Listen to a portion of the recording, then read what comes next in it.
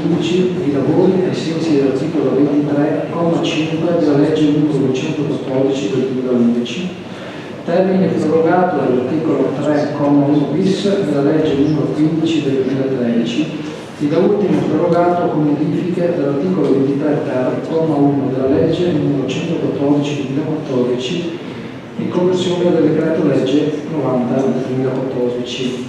Dato altresì atto che a seguito di confronto delle amministrazioni comunali di Caro e Sestino di Violenza è stato concordato di costituire una nuova centrale unica di committenza mediante convenzione ai sensi dell'articolo 30 del decreto legislativo 267 del 2000, vista la proposta di convenzione redata dagli uffici competenti degli enti, nella quale viene altresì affidato il ruolo di capo convenzione al Comune di Caorle, con la conseguente delega per lo svolgimento delle funzioni inerenti alla centrale unica di committenza a parte di questo comune. Tanto premesso, si chiede al Consiglio Comunale di deliberare di costituire nel Comune di Sestino di Violenza una centrale unica di committenza ai sensi del comma 3 bis dell'articolo 33 del decreto legislativo 163 del 2006, mediante la stipula di un'apposita convenzione ai sensi dell'articolo 30 del decreto legislativo 267 del 2000, di approvare l'allegato bozza di convenzione quadro costituente parte integrante e sostanziale del presente atto, regolanti i rapporti reciproci tra i due comuni, demandando alle rispettive giunte tutte le integrazioni riguardanti gli aspetti organizzativi che dovessero essere necessarie in fase di attuazione della convenzione. Ci sono interventi? Prego, consigliere. Questo è un solito provvedimento che mi vedeva abbastanza perplesso anche quando sedevo ai banchi della maggioranza o quando ero consigliere comunale di maggioranza, o nelle situazioni in cui uno fa parte di una maggioranza, però si vede approvare il Consiglio Comunale delle convenzioni che sono particolarmente importanti e interessanti, dove naturalmente si conviene, si stipulano delle cose su quali qui ci sarebbe da discutere moltissimo, e poi si delega alla Giunta per apportare modifiche o interventi di qualsiasi natura.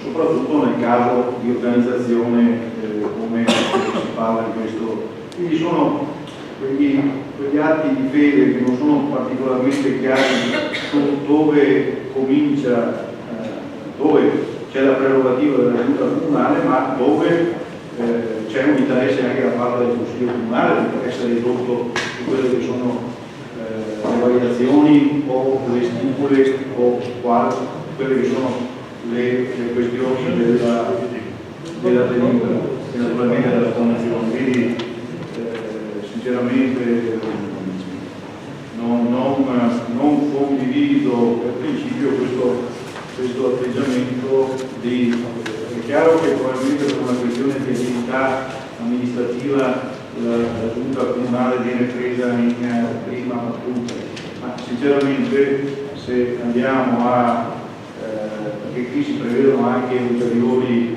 adesioni, eventuali inserimenti e quindi si modificano gli aspetti organizzativi di gestione di un ente di questo genere. Quindi sostanzialmente si ventila nella delibera che verrà preso in considerazione, verrà interpellato il Consiglio Comunale, ma sinceramente per quello che è successo anche questa sera, che è possibile così o no, sinceramente ritengo che non è corretto che il Consiglio Comunale non possa avere il primariato su queste cose. Grazie consigliere. Prego capogruppo. Sì, grazie Presidente. Ennesimo provvedimento che doveva essere trattato da una commissione che non è stata costituita, tanto chiedo anche in questo caso con relativa questione sospensiva che venga ritirato dall'ordine del giorno e trattato nell'ambito di una commissione validamente convocata e anche costituita. Capendo che ormai l'esito sarà quello di una bocciatura della suddetta istanza di sospensiva, chiedo se dopo mi può ridare la parola. Grazie. Comunque valgono le argomentazioni fatte prima anche le altre delibere. Prego, Sindaco. Allora, rispondo al consigliere Tronon con riferimento a questa delega ritenuta in campo da parte del Consiglio Comunale della Giunta. In realtà la competenza relativa alla convenzione rimane comunque competenza del Consiglio Comunale, per cui qualsiasi modifica della convenzione va trattata in questa sede. La convenzione delega la Giunta solamente per gli aspetti tecnico-organizzativi, sono comunque aspetti che sono propri dell'organo esecutivo, ma non solo in questo contesto, in questo stato contesto, perché questo è l'ordinamento giuridico che prevede la competenza in capo alla Giunta. Grazie Sindaco. Prego, consigliere Antelmo. Grazie Presidente. Io ho una perplessità che nasce da una considerazione. Se ho capito bene, qui si tratta di praticamente fare una competenza unica per fornire i successivi appalti pubblici, cioè per partecipare agli appalti pubblici la legge ci dice che dovete accorpare gli enti appaltanti e in modo tale da fare un'unica centrale capace di gestire le parti. Sto dicendo bene. Allora, il tema che a me veniva in mente nella considerazione che facevo era: ma perché allora noi che abbiamo una caratteristica specifica del Comune di Cava, che è dettata da esigenze specifiche che sono evidentemente un luogo decisionale, che ha una rimille, che ha degli alberghi, che ha una vocazione di un certo tipo, si va a sposare, perché di questo probabilmente si tratta, con senso di diligenza. Non sarebbe stato opportuno a questo punto rivolgerci a San Michele o a Erclea o in quei luoghi che hanno una connotazione simile o comunque una predisposizione più o meno uguale alla nostra, perché sarebbe stato più intelligente forse, visto che abbiamo e viviamo gli stessi problemi, pensare a una committenza degli appalti pubblici capace di favorire un certo sviluppo magari del litorale. E questa è la prima considerazione. La seconda considerazione nasce invece dall'esperienza lavorativa. Ossia, io so che Cantone ha una collana che ha prodotto sta producendo questo tentativo di accorpare gli enti appaltanti, perché secondo l'autorità della corruzione si annida all'interno degli enti appaltanti in genere, si annida la selezione, quindi è meglio accorpare, fare grandi appalti di grandi valori. Poi è altrettanto vero, secondo me, una considerazione che noi non possiamo non tenere conto, di cui noi non possiamo non tenere conto, perché la nostra realtà, la realtà di Caorle e della nostra area nord-est è fatta di piccolissime imprese. Perché dico questo? Perché io che mi occupo di qualificazioni SOA, che sono quelle qualificazioni che permettono agli enti a partecipare agli appalti pubblici, sono obbligatori, mi accorgo che le qualificazioni permettono di partecipare a appalti di un certo valore e molte delle imprese del nostro territorio hanno possibilità di partecipare ad appalti di piccolo valore perché hanno delle classifiche medio-basse, prima, seconda, terza, quarta, cioè fino al milione di euro, fino al 25 milioni. Qualcuno va oltre, ma sono pochi. Allora, la preoccupazione che in me emerge è questa: accorpando gli enti pubblici si presuppone si fanno grandi appalti, cioè di valore importante. E valore importante significa che le piccole imprese non potranno più partecipare a quegli appalti. E il nostro tessuto economico rischierà, fatto da queste imprese che oggi soffrono per le vicissitudini della crisi, soffrono già. Allora la domanda è: ma noi siamo obbligati ad accorparci o possiamo pensare ad alternative di lavoro? Perché il rischio è di far arricchire sempre più le grandi imprese e fare impoverire le piccole imprese, perché la grande impresa che prenderà l'appalto del contesto, della committenza, prenderà il grande appalto con la categoria specifica, poi rischierà, è un rischio, di metterlo a fare alle piccole imprese e gli dirà tu fai questo subappalto, allora ci fai che ti dico io, il porto che ti dico io, altrimenti non lo fai, per non fare. Questo è un rischio concreto che si sta già verificando oggi nel tessuto nostro territoriale, perché io lo vivo dal punto di vista lavorativo. Questo procedere verso questa unica committenza non vorrei che appesantisse di più il carico che la crisi ha già posto sulle spalle delle nostre imprese. Grazie consigliere Antelmo, prego Sindaco.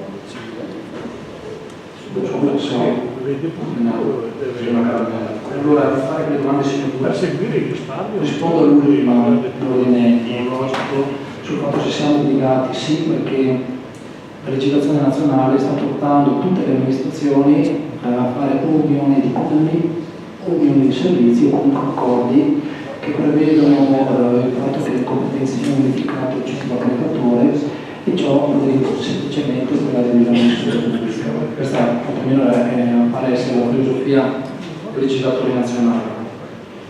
Perché Sastino? Per tutta una serie di motivi che abbiamo opportunamente pagato.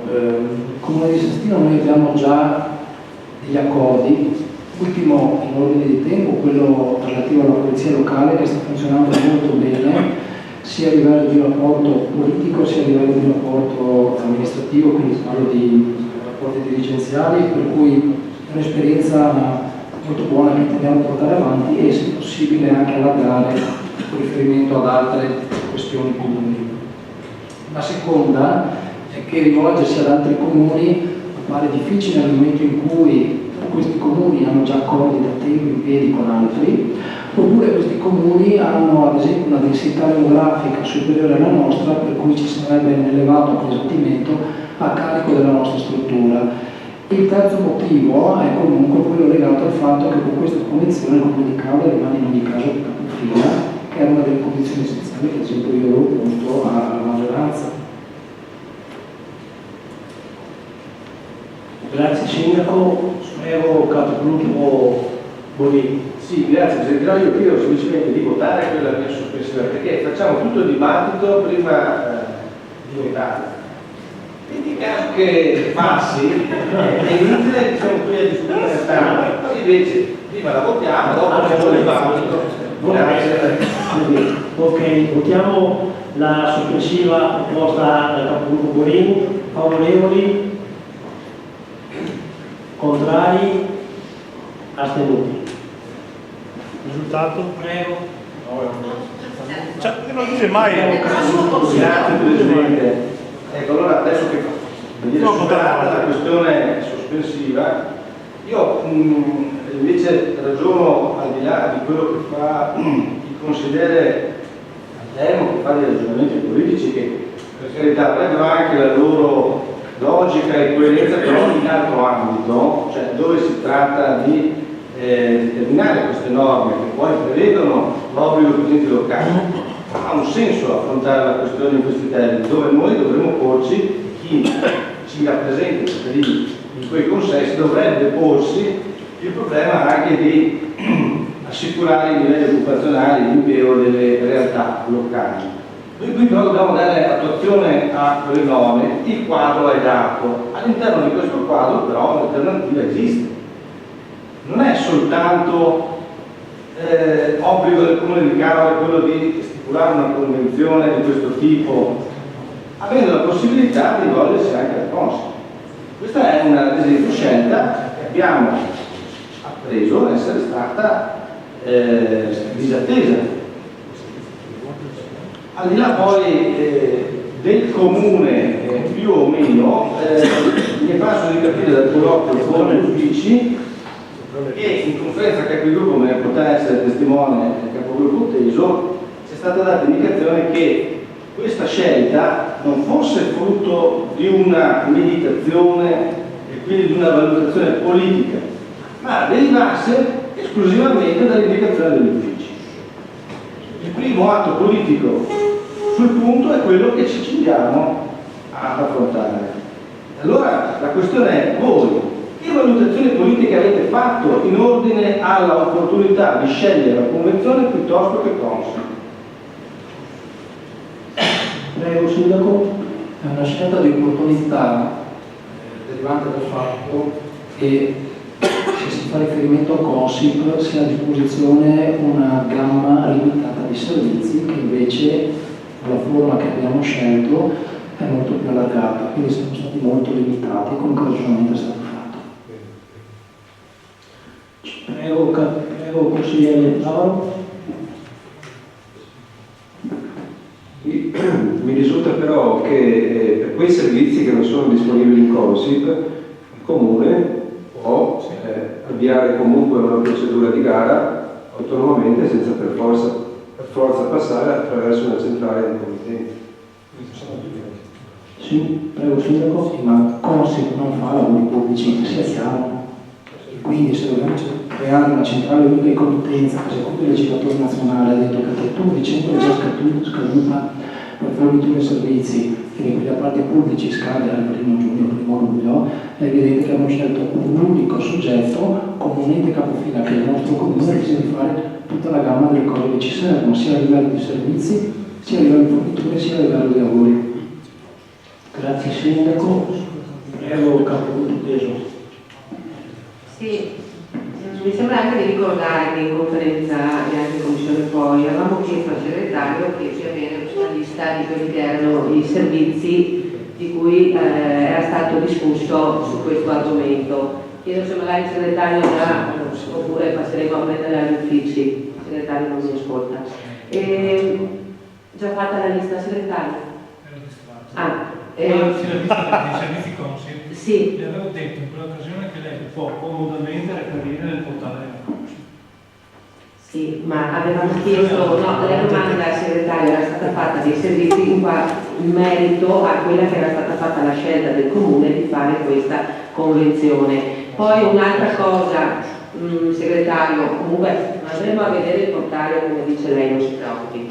Poi un'altra cosa avevamo chiesto, la scadenza, ma non tanto per protestare o cosa, perché siccome sulla scadenza era stato dato un termine, siamo sicuri di questo termine, segretario, oppure si poteva anche aspettare vedendo il discorso mille proroghe, perché sicuramente con la conversione cambierà. Segretario, se mi ascolta, vedi dopo. Grazie. No, non ho finito. Scusi, stava un attimo, volevo solo capire se per quanto riguarda, ho fatto la domanda perché poi, ecco, così dopo chiudo l'intervento. Per quanto riguarda il decreto mille proroghe, se è previsto qualcosa o in un momento di conversione ci sarà previsto cambiamento della data, ma non perché per carità abbiamo qualcosa, che ci sia qualcosa di rospo sotto sta convenzione, solo perché è stato chiesto per sapere, anche perché il ragionamento, e mi riferisco sempre al segretario, era finalizzato che se non c'era una scadenza sul termine territorio potevamo aspettare di andare col Consiglio Comunale. Tutto qua, col prossimo col Consiglio Comunale del Bilancio. Grazie Capogruppo. Risponde il Sindaco, prego Sindaco. Il Sindaco risponde solo per la parte relativa al decreto di restauro, poi il segretario comunale risponderà come ritiene di rispondere. Allora, quando è stato convocato questo Consiglio Comunale, il decreto mille proroghe non era stato ancora oggetto di approvazione in quanto era in fase di discussione. È notizia avuta via mail, ma è un provvedimento non ancora pubblicato e quindi non ancora nel modo giuridico, che il decreto mille proroghe ha prorogato la scadenza al mese di settembre, del corso alla fine all'inizio del mese di settembre, ma non avendo ancora notevolmente il provvedimento è necessario comunque provvedere. Abbiamo comunque previsto un meccanismo correttivo di garanzia, per cui addirittura nel testo della convenzione è l'articolo 11, ultimo comma. Gli effetti della presente convenzione sono inscindibilmente correlati alla vigenza e all'obbligatorietà delle previsioni di cui l'articolo 33, comma prevista del decreto legislativo 163 del 2006.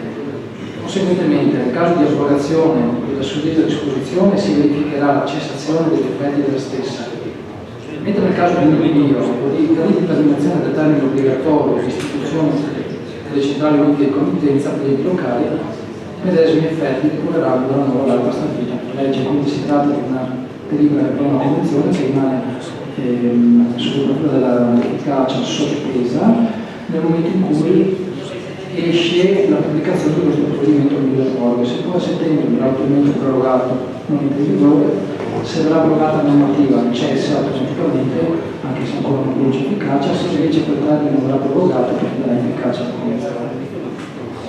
Grazie Sindaco. Grazie. Allora, ci sono altri interventi?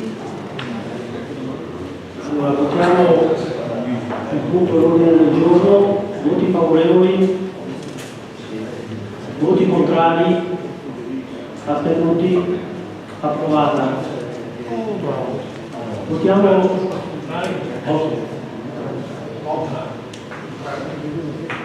Votiamo l'immediata eseguibilità, voti favorevoli, voti contrari, astenuti, approvata. Passiamo ora al prossimo punto all'ordine del giorno.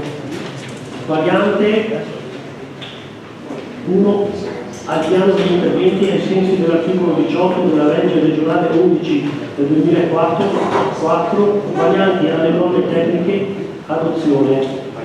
Relazione al Sindaco, prego Sindaco. Il Comune di Caorle è dotato di piano di assetto del territorio approvato in conferenza di servizi decisori in data 11 novembre 2013, ratificato con delibera di giunta provinciale numero 7 del 17 gennaio 2014, pubblicata nel buon numero 21 del 21 febbraio 2014 ed è oggi vigente. Ai sensi dell'articolo 48 della legge del 2004, vigente piano regolatore generale assunto a valore del piano degli interventi per la parte compatibile con il parco.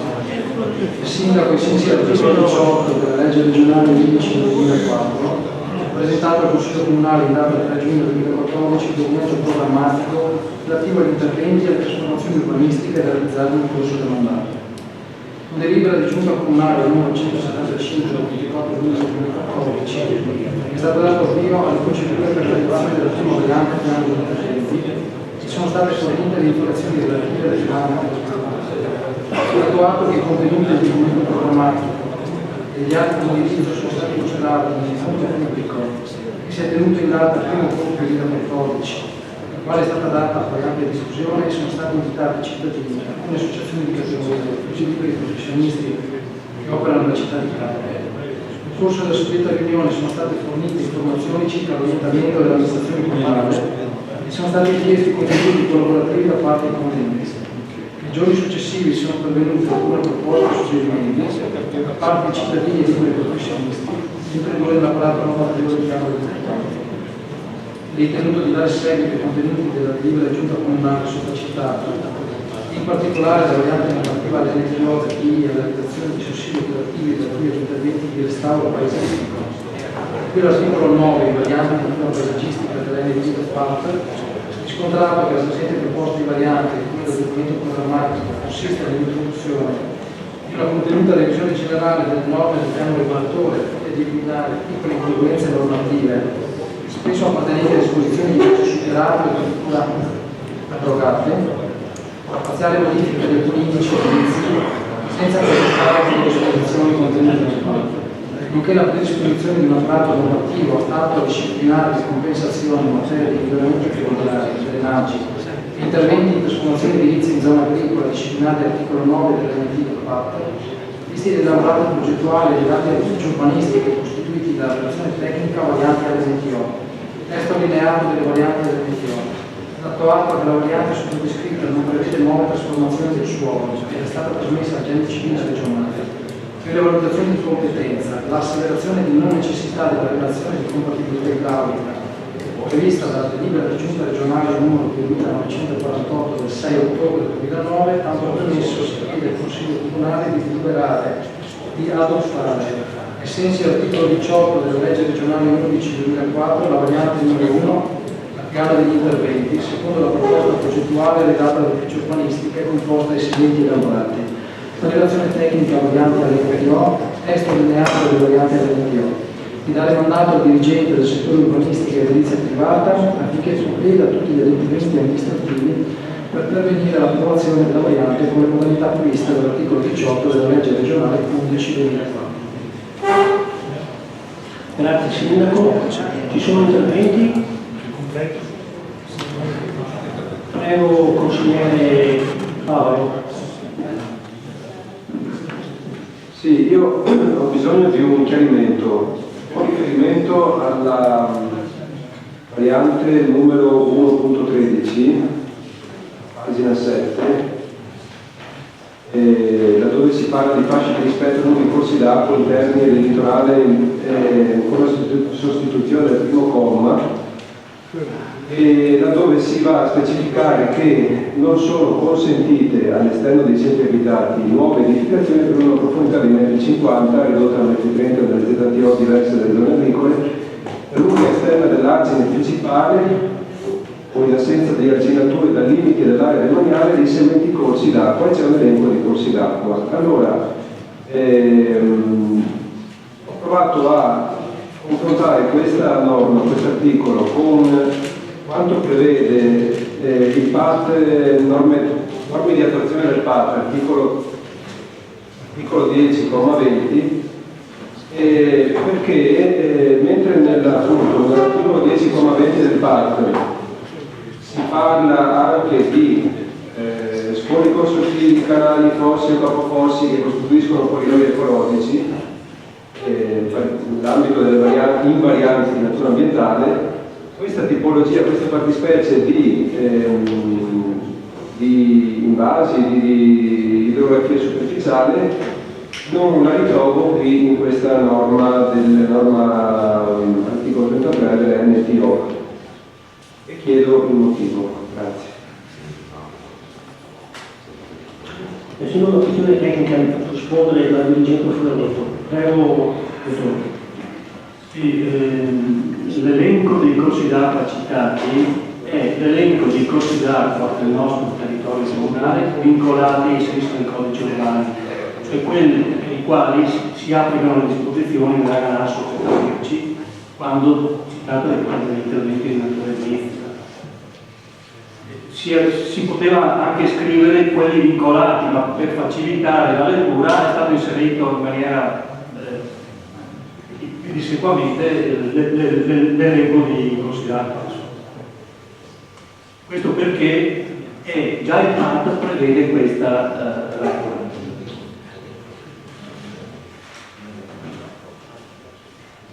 Grazie. Prego, consigliere Paolo. Ti ringrazio per la risposta, però ripeto, dal mio punto di vista questa norma del PI recepisce solo parzialmente quanto prevede la norma di attuazione del PAT, perché appunto se vado a leggere l'articolo 10, comma 20, ed è un comma relativo ai vincoli, si dice che nel caso di corridoi ecologici costituiti da corsi d'acqua, tra parentesi si specifica fiumi, e sono quelli visti dalla Galasso, o comunque corsi d'acqua principali, canali, fiumi. Però poi, sempre tra parentesi, si parla di scoli consortili, canali, fossi o capofossi, che siano chiaramente compresi nei corridoi ecologici, perché questi vincoli valgono per quel che si dice dicono i commi precedenti, no? È un vincolo applicato ai corridoi ecologici. Allora io chiedo, PAT non ho verificato per le cartografie nella tavola relativa alle invarianti ambientali, io credo che il PAT, dove individua i corridoi ecologici, questi corridoi possano interessare corsi d'acqua che rientrano nella tipologia di scoli consortili, canali, fossi o capofossi. Allora, per questi corsi d'acqua, PAT mi dice, pone il vincolo di non edificabilità nella fascia di 1,50 m. Questo vincolo però non lo ritrovo più nella norma del PI, perché la norma del PI è parziale, cioè applica questo vincolo solo a determinati corsi d'acqua e non ad altre tipologie minori di corsi d'acqua. Quindi chiedo il motivo. Prego, architetto Fioretto. Io adesso non ho sotto mano ciò che dice il PAT. Quello di cui sono certo è che, allora, facciamo un discorso a ritroso, nel senso che la volontà era quella di agevolare gli interventi in determinate zone. Non a caso la prima parte della variante riduce la distanza a 10 metri in maniera generale, dopodiché nel punto successivo va a specificare che all'esterno dei centri abitati, e quindi nelle zone agricole o comunque nelle zone territoriali fuori dai centri abitati, questa distanza deve aumentare e viene portata a 50 metri, o meglio a 30 metri e a 50 metri nelle zone agricole perché ritenute meritevoli di maggiore tutela, laddove vi sia la presenza di questi corsi d'acqua. Non si fa alcun accenno ai corridoi ecologici, che per carità dal punto di vista del FAT hanno una maggiore protezione, però questo non è il senso della norma, insomma. Grazie architetto. Ci sono altri interventi? Prego consigliere. Prima di entrare nell'argomento volevo capire se questo interviene, perché non ho potuto, che è arrivato oggi, non so se è citato nel testo allineato che è arrivato stamattina delle varianti, se entra anche nel discorso dell'invito che era stato fatto qualche mese fa nella rinuncia alle strutture alberghiere, e si era intervenuti con questo P nella gestione delle valutazioni di perequazione anche delle dismissioni, delle eventuali dismissioni di strutture alberghiere. Se questo P lo cita o se è un argomento di altra data prima di entrare. Sì, allora questo si occupa della modifica dell'entità del fatto, invece ci sarà un provvedimento appena possibile che è dedicato invece alla giornata da lei sollevato.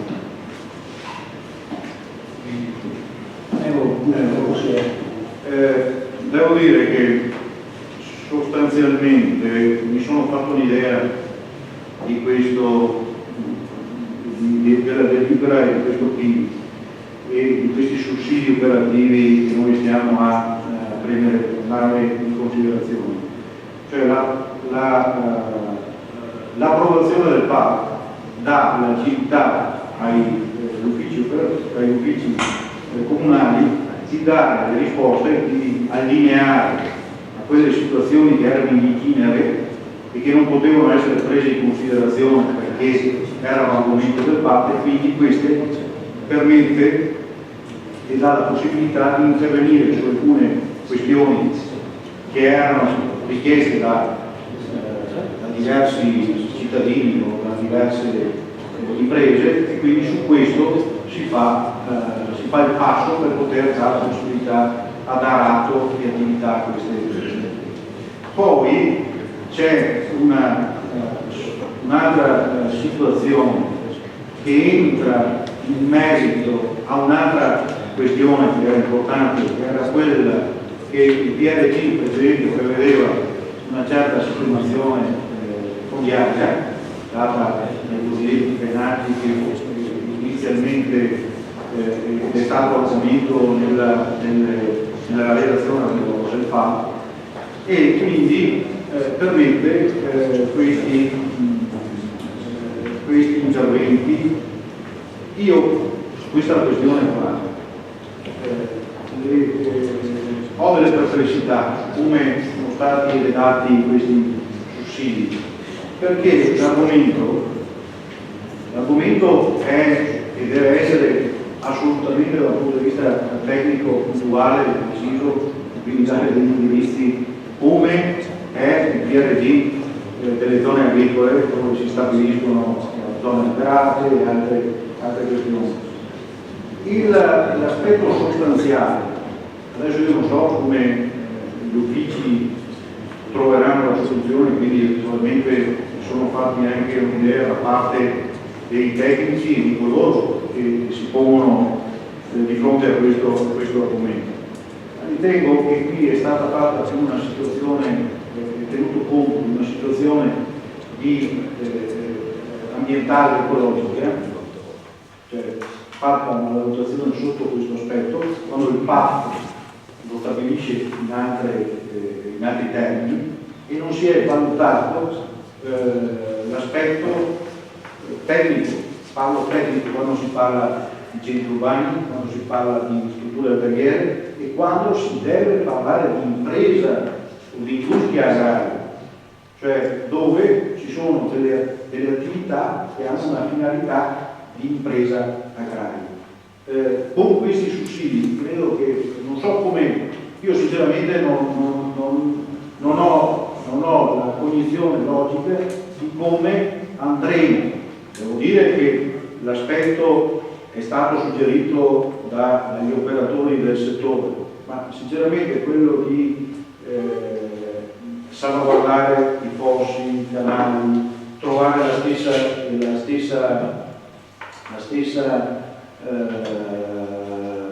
gli stessi spazi o le stesse situazioni, magari concentrate in altre questioni, diventi difficile applicazione soprattutto sulle micro aziende, dove questi potrebbero creare dei problemi.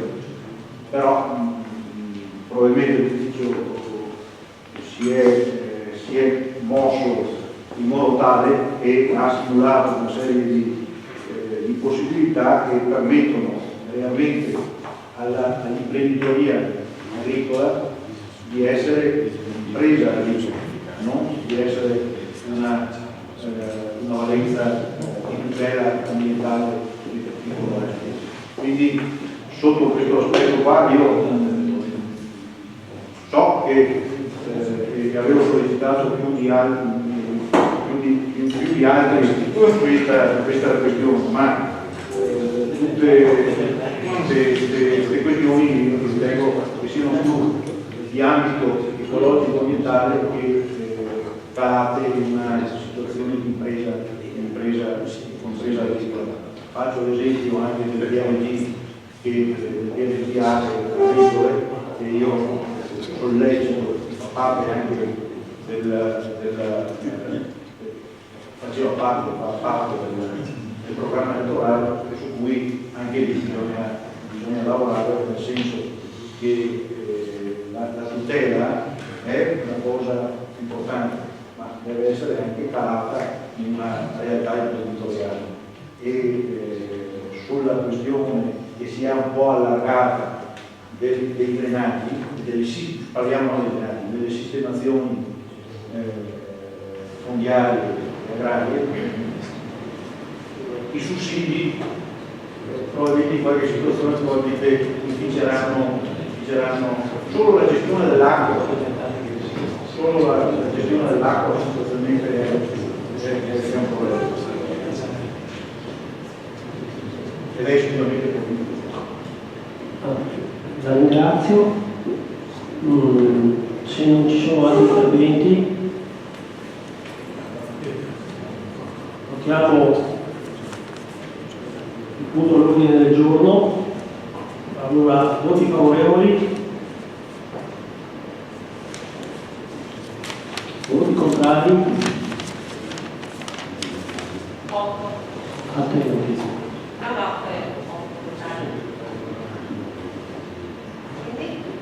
Voto pari.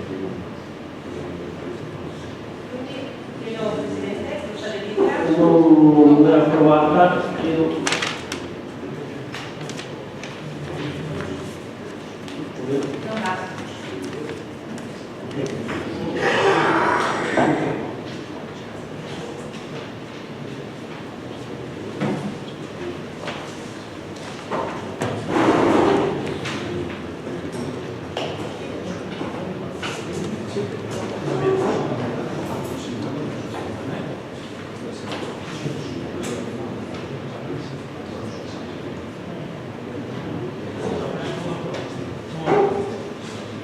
Sentito il segretario, la delibera non è approvata.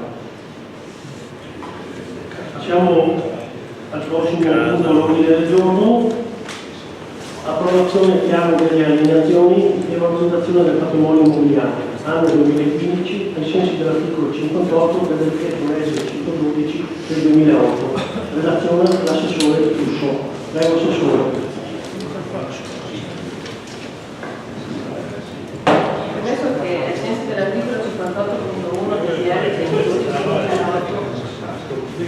Il comune deve redigere annualmente il piano di eliminazione e valorizzazione del proprio patrimonio immobiliare. Nel succitato piano vengono individuati gli immobili di proprietà dell'ente non strumentali, quindi istituzionali o suscettibili di valorizzazione ovvero di conversione. Visto l'allegato piano di eliminazione e valorizzazione del patrimonio immobiliare dell'allegato A, presunto dall'elenco della conoscenza di beni immobili patrimoniali di proprietà del comune di Canone, adottato con delibera di giunta del 12 febbraio 2015 e ritenuto lo stesso meritevole dell'approvazione in ogni sua parte. Ritenuto di procedere per l'anno 2015 all'eliminazione dei primi sistemi immobiliari e appuntamenti di terreno, come meglio individuati nel succitato piano di eliminazione e valorizzazione dell'allegato A, viste le perizie di stima del dirigente del settore servizi tecnici in data 9 febbraio 2015 agli atti, relativamente ai prezzi degli alloggi comunali Cinciano e via Menotti numero 20, numero 4, 6, l'altro atto per la quantificazione dei prezzi relativa ai terreni, ipotesi di stime effettuate in precedenza al momento dell'inserimento di sicurezza nel piano di eliminazione del riferimento. Ritenuto che, in coerenza con i scopi dell'edilizia residenziale pubblica correlati all'alloggi di via Menotti numero 20, il patrimonio comunale senza per cortesia, non riescono a sentire cortesemente, grazie. Si rende opportuno destinare lo stesso per la finalità di housing sociale, con ciò intendendo un insieme di servizi, azioni e strumenti rivolti all'individuo, nuclei familiari svantaggiati che non riescono a soddisfare il proprio bisogno abitativo per ragioni economiche e di fragilità sociale.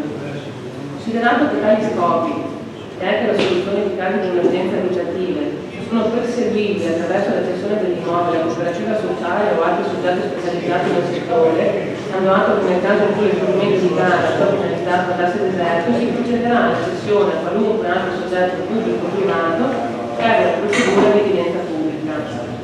Tutto quanto sopra detto si propone a questo Consiglio Comunale di deliberare e approvare l'allegato piano di eliminazione e valorizzazione del patrimonio immobiliare per l'anno 2015 dell'allegato A, già adottato con delibera di giunta del 12 febbraio 2015,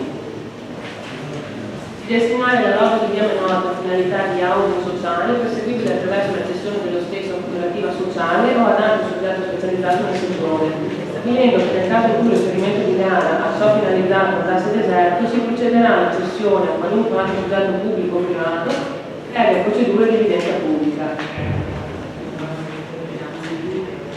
Grazie Assessore. Se ci sono interventi, prego. No, forse do meglio chiarezza con lettura dell'allegato A. Allora, area numero 1, l'area comunale sita in Fregio Viale dei Tropici, foglio 42, Mappalle 1899, di superficie 46,50 per un prezzo di 18.600 euro. La seconda area sita in Fregio Viale Nicello e Viale Falconera, registrata catastralmente a foglio 34, Mappalle porzione del 1899 di circa 52 metri quadri per il prezzo di 22.489. La terza area è un'area sita in Fregio a via Nicesolo, foglio 34, porzione di strada di circa 28 metri quadri per un prezzo di 12.371 euro.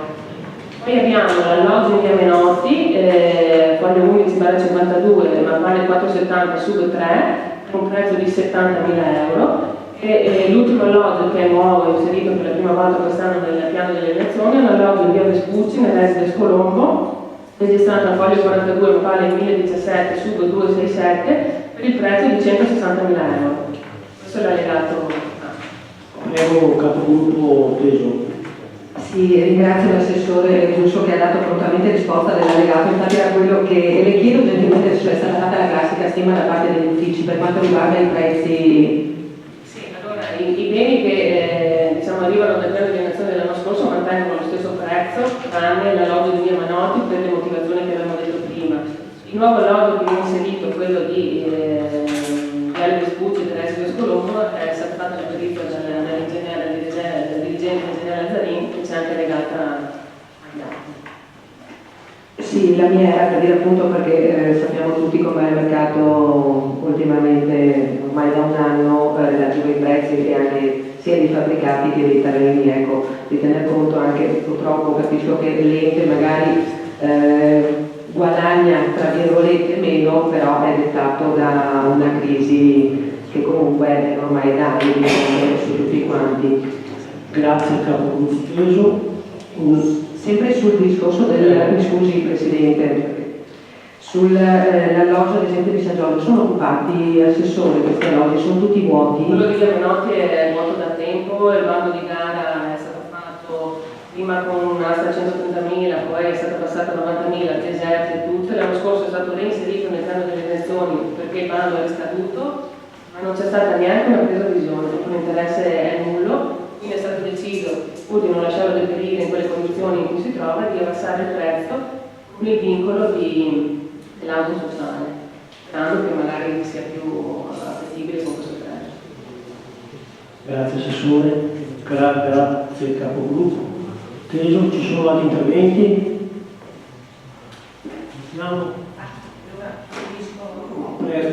Scusi Presidente, finisco solo l'ultimo, ma che dopo non me ne voglia l'assessore che chiamo in questione in questo momento. Se ben mi ricordo, assessore commisso, per fortuna non fotocopia perché l'ho fatta io quella volta, nella famosa delibera 19 marzo 2012, dove siamo andati a trovare il bilancio previsionale, all'interno di quel bilancio c'era anche l'allegato per quanto riguarda le alienazioni e c'era anche questo alloggio di cui stiamo parlando questa sera, che l'assessore Giusso ha appena illustrato e ha conferito per quanto riguarda le varie risposte che io ho fatto. Quella volta lei, non tenendo conto naturalmente di quello che era magari anche un'esigenza sociale anche all'epoca, ha votato contrario. Io capisco che lei mi risponderà al gioco politico, all'epoca era in minoranza, il bilancio si vota contrario, però volevo solo sottolinearle, perché poi magari lei fa battute scherzando come prima su Marina Verde che stavamo già scavando, che non la faccia già anche stasera, e chiedere se la sua idea di quella volta era relativamente ed esclusivamente, perché non l'ha specificato, relativa al bilancio, perché naturalmente il 2012 rappresentato da un sindaco di cui lei sappiamo già cosa considera e tutto quanto, o seppure la sua era contrarietà era dettata a tutta la delibera, anche agli allegati. Grazie capogruppo Teso. Prego assessore commisso. Domanda retorica è di sciocca se vuole. No, sciocca, ha votato contro. Si vota contro al bilancio di previsione della sua totalità. Per cui, siccome il bilancio di previsione è l'espressione politica di un'attività amministrativa che si vuole fare, a cui uno è contrario, è chiaro che vota nella sua totalità. Evidentemente all'interno del bilancio ci sono delle poste che sono anche condivisibili, ma si usa normalmente, lo farà anche lei prossimamente, votare contrario laddove la volontà politica è diversa. Grazie. Ha ragione, infatti l'assessore commisso, io imparo dalla coerenza dello stesso. Grazie. Grazie capogruppo Teso. Se non ci sono altri interventi, mettiamo il punto all'ordine del giorno. Voti favorevoli? Voti contrari? Astenuti? Approvata. Votiamo